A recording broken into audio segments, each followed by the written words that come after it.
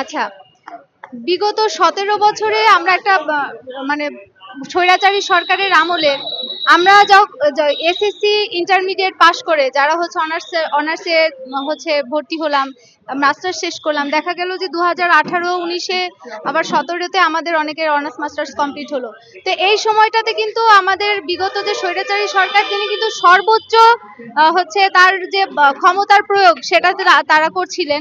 আপনারা জানেন যে প্রশ্ন ফাঁস, ডিভাইস, তারপরে হচ্ছে নিয়োগ বাণিজ্য, এরপরে হলো কোনো প্রকার পরীক্ষা ছাড়াই দেখা যায় যে বিসিএস এর মতো জায়গাগুলোতে ক্যাডার হয়েছে। আমরা কিছুদিন আগে সংবাদপত্রে দুদকের একটা জরিপ দেখেছি কিন্তু এরকম।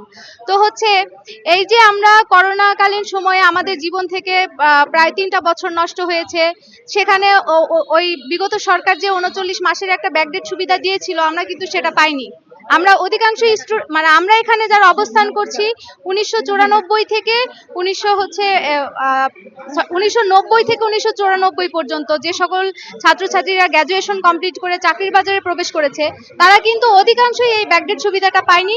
অথচ করোনাতে তাদের জীবন থেকে 3টা বছর সম্পূর্ণ নষ্ট হয়েছে এবং করোনার পরে আমাদের হচ্ছে দেশটা স্বাভাবিক হতে অনেক সময় লেগেছে, তখনও কিন্তু সেরকম সার্কুলার হয়নি।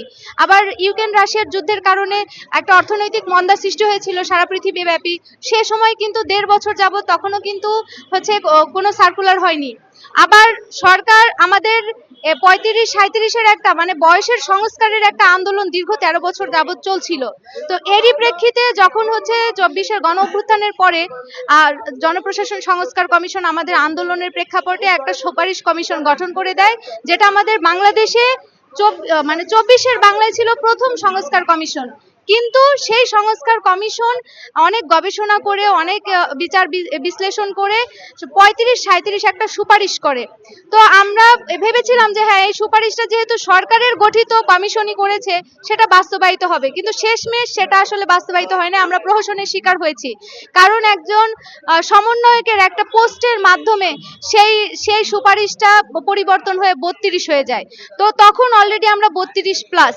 তো আমরা যারা সবচেয়ে ক্ষতিগ্রস্ত, যারা ব্যাকডেট সুবিধা বঞ্চিত, বিগত 17 বছরের সমস্ত বঞ্চনার শিকার, 32+, সুবিধা আমরা একদিনও পাইনি, সেই সকল আমরা সেই পিছিয়ে আমরা এখন আমাদের জীবনের এমন একটা অবস্থায় আছি যে আমরা কোথাও সরকারি, বেসরকারি, প্রাইভেট কোথাও, এমনকি আপনি গার্মেন্টস সেক্টরেও দেখা যায় কি যে সরকার যে বয়সটা বেঁধে দেয় সেই বয়সটাকে কাউন্ট করা হয়। তো আমরা কোথায় যাব?